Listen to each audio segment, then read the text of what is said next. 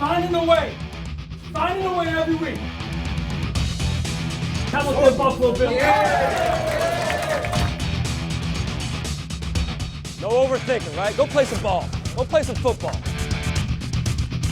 It's an exciting time to be a Buffalo Bill and I'm a fan of the Buffalo Bills.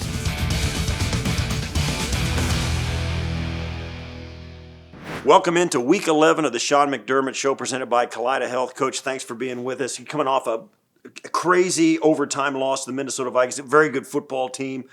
Exciting game. It's one of those games of the year you've been a part of before. It always seems like we're coming up on the wrong end of these great games that everybody talks about. What kind of message do you have for your team? They're a good football team. You're a good football team. You just come up one play short. Well, I think you got to look at the result, but also in order to keep us moving down the right path, look at the reasons why we got the result. There's a lot of good football that was played by our football team, and there's some things that happened in the game that were very pivotal and turned the outcome of the game against us, and some of it's just base fundamentals. Yeah, it's crazy because you've had some of these wild games like the Hail Murray in Arizona so many years ago and the 13-second game. Now this thing that happened to you. And then the one in Miami there's 9,000 degrees on your side of the field and 72 and perfect on their side. You know, that kind of stuff has happened. Where does this game rank in terms of those?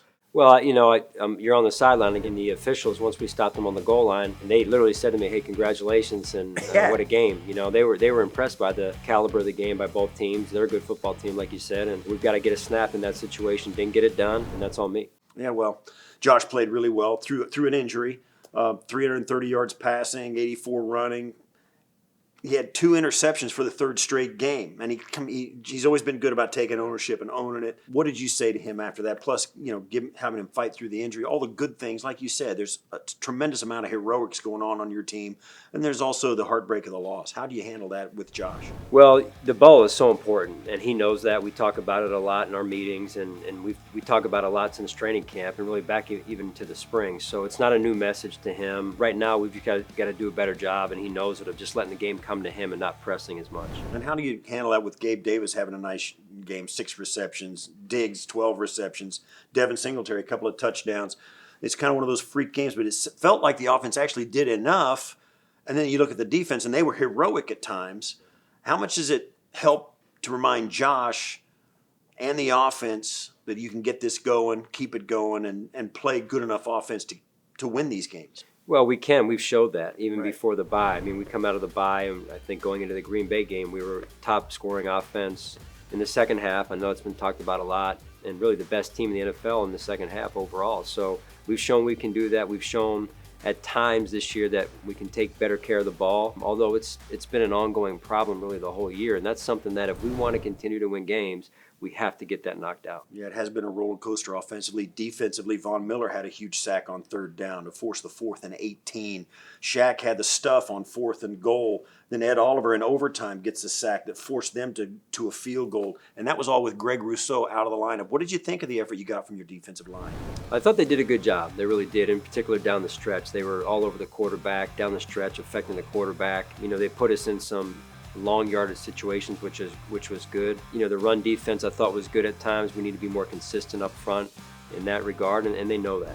You had 6 wins, 3 losses, and your 3 losses all by 3 points or less. You had a shot in every game to win it. Mm-hmm. How do you simulate the pressure? I mean, because these close games are crushers for fans.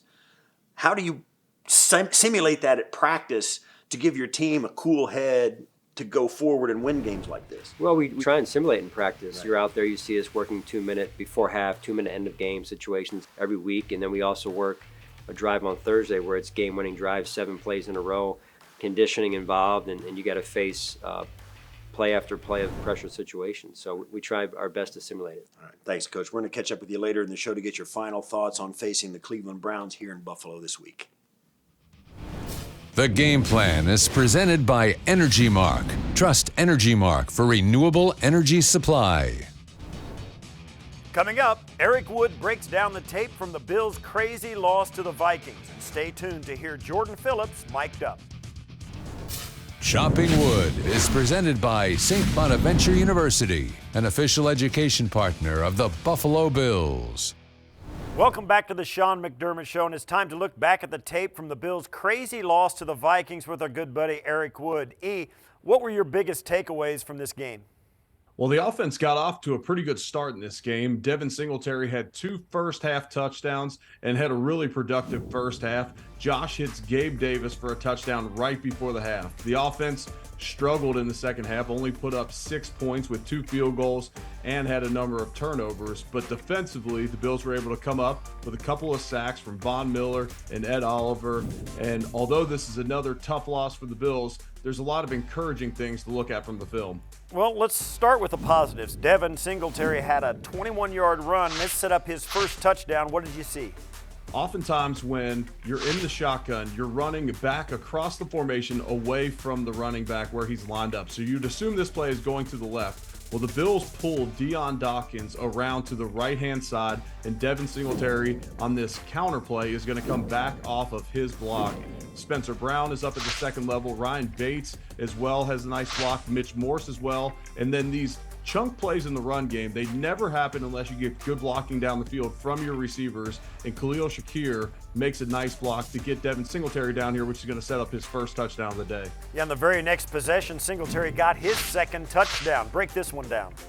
Oftentimes down here in the red zone, we'll see Josh Allen run these sweep plays, but with Josh coming in the game with his dinged up elbow, they're going to give Devin Singletary this carry. You got down blocks by Spencer Brown and Dawson Knox. I'm often talking about pin pull schemes. Well, here's the pin and the pull. The pin is from Dawson Knox and Spencer Brown, and Ryan Bates and Mitch Morse are going to come around on the pull. Devin Singletary is going to follow their blocks and squirt in for the touchdown. Then just before halftime, Josh connected with Gabe Davis, and this one went for an 11-yard touchdown. Josh sees one-on-one coverage on the outside, and he's going to go left the entire time. He's looking left, and he's just waiting for Gabe Davis to run his route and get to where he gets in scoring position. Gabe Davis gives a little bit of a stutter, which makes the DB pause his feet. And then Josh is going to throw a ball where only his 6'2" receiver on the outside can make a play on it, which ends up looking like a very easy touchdown, but that's great execution by those two. Okay, let's flip it over to the defensive side of the ball and look at some of the big sacks. Von Miller looked like he had another game-clinching sack to set up the 4th and 18, but what did you see on this one? Yeah, we all thought this was going to be the game clincher when Von came up with this sack, and he's nicknamed the closer for the Bills, and this is why. The big times late in the game, especially when he set up pass rush moves throughout the game, he comes up with a big sack. Here he's rushing against the right tackle, Brian O'Neill, and he gives him that long arm stab. Brian O'Neill sets his feet like he's going to sit on a bull rush, and as soon as he stops his feet and they get parallel, Von's going to use a arm under move to separate from Brian O'Neill and come up with a sack. Then, in overtime, Ed Oliver came up with a huge sack to help force the field goal. Break this one down. Yeah, the Vikings got down to the 2-yard line. They make a tackle for loss to get them back to the 5, and then they got to throw the football. And Ed Oliver comes right up the gut, rushing against the left guard. Shaq Lawson as well is making a move off the edge. I often say it takes 2 guys to get a sack. A quarterback can often avoid 1 free rusher. So Shaq and Ed Oliver both beat their men, and they come up with the big sack here in overtime to force a field goal. Great stuff as always. Thanks for this, Eric. We'll catch up with you in a few weeks. Looking forward to it, Steve. When we come back, we'll have Jordan Phillips mic'd up from Week 10. And later, we'll take a look at the next-gen stats on Sportsology. Mic'd Up is presented by Geico. Hey, make sure I get that after the game, too. I got you. Same here. Let's get this going now.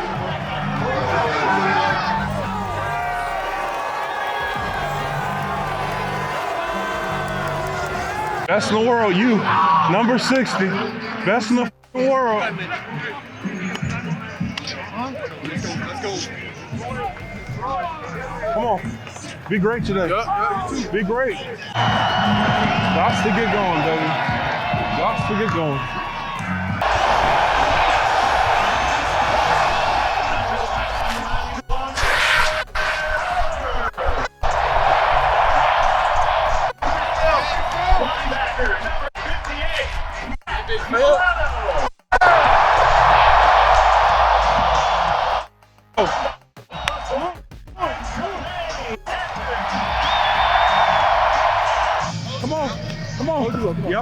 Yep.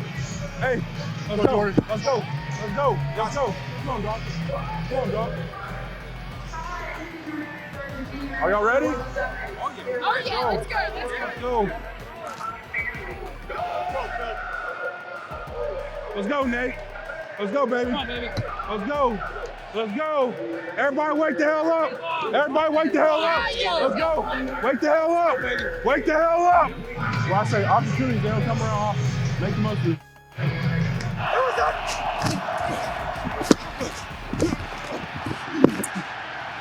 Jay.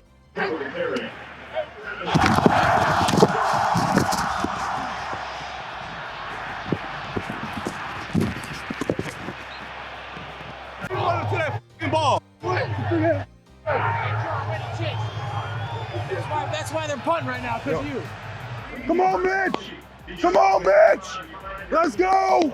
We need 7. We need 7. Let's go. Now the snap, they're going to run it. There goes Singletary driving up the middle into the end zone. Touchdown, Buffalo. Motor Singletary, touchdown, Bills. Play action fake. Has a pocket. Going to loft one down the middle. It is picked up. Intercepted by Benford, the rookie. Picks it off at his own 40. He starts up the right side. Across midfield into Minnesota territory.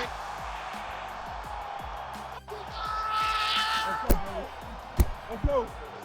Josh alone in the backfield, takes, looks right, flushed out of the pocket again, runs right, pumps once, going to keep it and run with it, slides down safely, feet first. Hey, when did he start sliding? I wanted the hurdle right there. I wanted the hurdle right there. Yes, that's when Josh Allen was born, when he hurdled Buddy. We can't give up points before half. Everybody lock the in. That's right. Keep the juice. Hey, we can't give up any points before half. Let's go.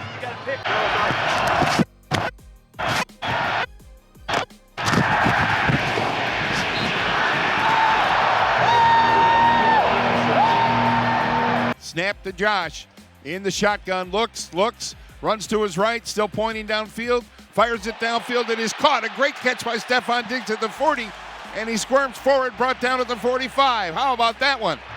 Oh!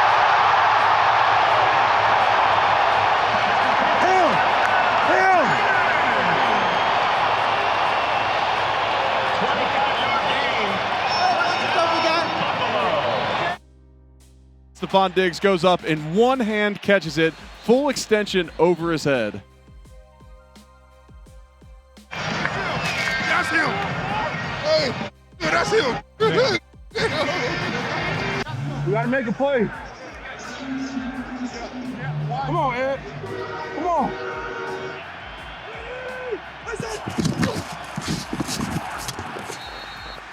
Oh! Oh! Oh!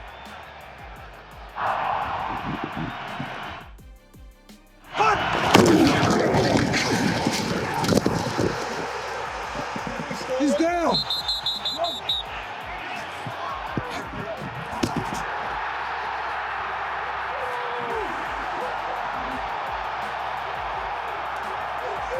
Let's go, buddy.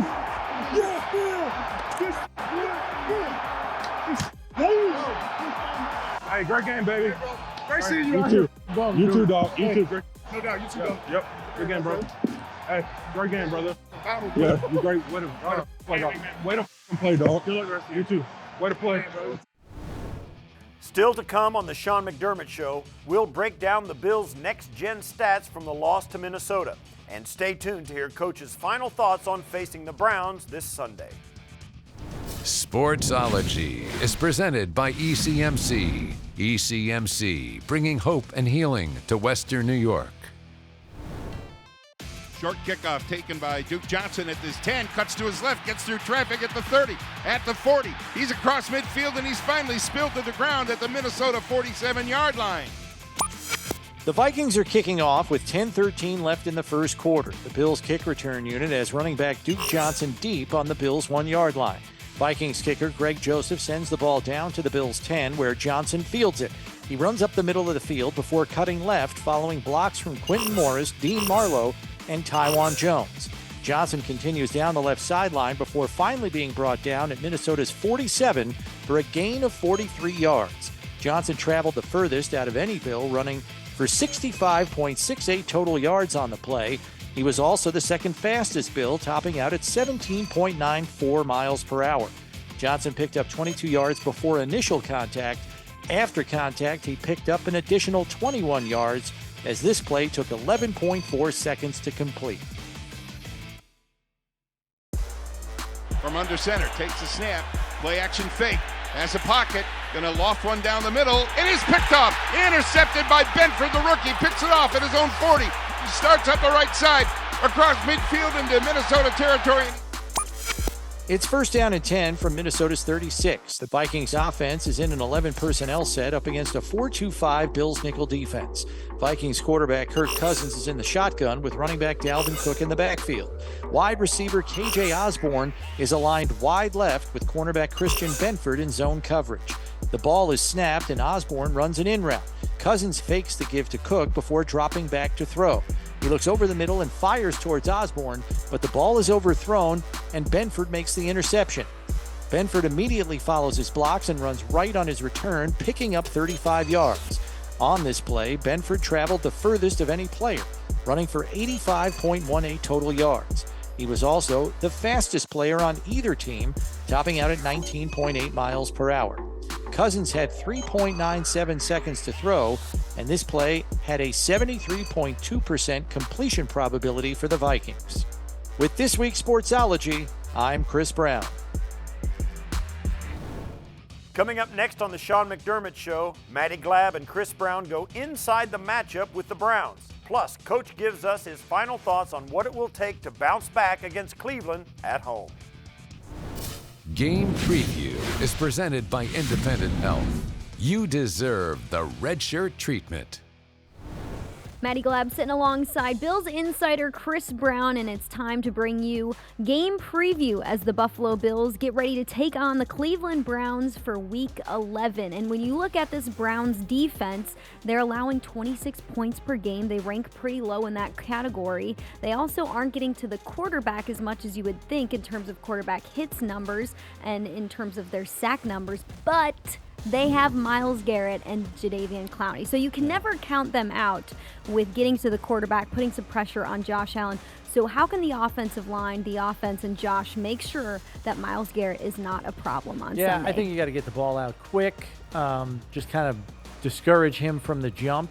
And I've seen in games sometimes this year when they are having trouble affecting the quarterback, sometimes they'll take their foot off the gas a little bit, and I think it's part of the reason why we've seen the Cleveland defense perform so inconsistently this year. They were hoping their defense could carry them through this stretch of 11, 12 weeks without Deshaun Watson, hoping it could keep them in contention until he came back and then make a run at the playoffs. It looks like they've run out of time in that area. They're 3-6, and Deshaun's not back for another couple of weeks still. And the offensive line for the Bills, how much better did you think they looked health-wise now that they're getting more people back against the Vikings? I could tell a big difference in how they were able to protect the pocket against another good defensive line. Yeah, you would hope. I mean, they get Spencer Brown back last week. That was a big help. And I think it's just the consistency in the run aspect more than even the pass pro. They're used to pass blocking 40 times a game. I think they need that group of five to kind of get back on track with the running game, get a little more traction here. We'll see if the run game gets going here, as it could be a weather game on Sunday in Buffalo. For Chris Brown, I'm Maddy Glab. Coach, you're back at home. You're hosting the 3-6 Cleveland Browns. They're coming off a tough loss against the Dolphins. They crushed the Bengals on Halloween. What have you seen from this Kevin Stefanski Browns team, particularly with Jacoby Brissett under center?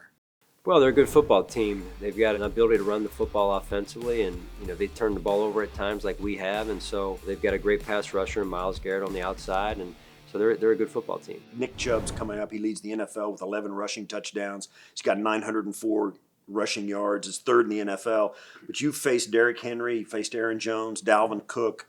How do you think Chubb stacks up against those guys as a top back in the NFL? Well, he's right up there with the best of them, and if you don't do a good job with gap integrity, with getting around the ball and swarming and tackling, all the fundamentals you talk about that are important in terms of being a good run defense. All right. Thanks, Coach. Good luck this weekend against Cleveland. We're going to catch up with you in a couple weeks. We're going to take a Thursday off for Thanksgiving. We're going to take the next Thursday off because it's a short week. And we'll catch up with you after all of that stuff settles out, and appreciate it. Thanks. You got it. And for you at home, thanks for watching the Sean McDermott Show presented by Kaleida Health. We'll see you next time, and until then, go Bills. Final Thoughts is presented by Toyota. Toyota is the exclusive and official vehicle of the Buffalo Bills. Toyota, let's go places. The Sean McDermott Show is presented by Kaleida Health, the official healthcare provider of the Buffalo Bills. By Connors and Ferris, your workers' comp attorneys. Call 716-684-COMP today. By Toyota. Toyota is the exclusive and official vehicle of the Buffalo Bills. Toyota, let's go places. And by Independent Health. You deserve the red shirt treatment.